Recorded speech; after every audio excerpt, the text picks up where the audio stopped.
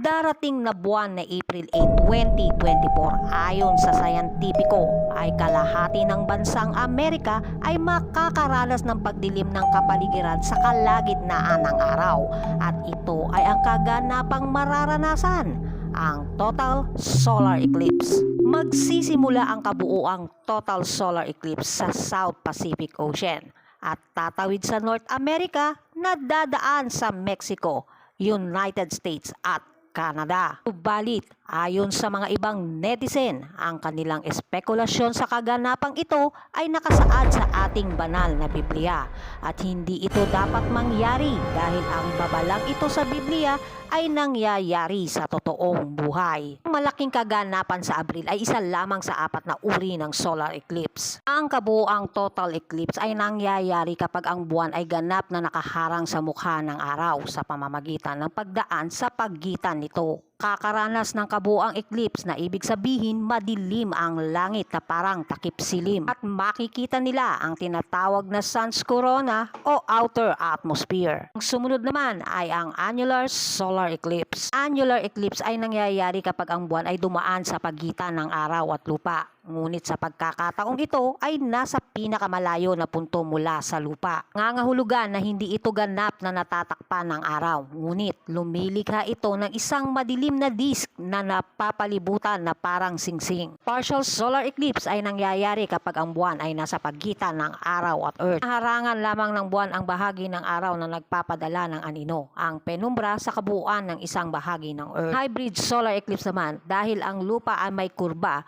may mga pagkakataon na ang isang eclipse ay maaaring lumipat sa pagitan ng isang annular at kabuuang solar eclipse habang ito ay gumagalaw sa kabila. Ang pinakamalaking eclipse ay magaganap pa sa taong 2031. Nubalit, marami ang nangangamba matapos magulat ang mga siyentipiko ng isang nakakabigla na kaganapan na tatama sa mundo sa loob lamang ng ilang linggo.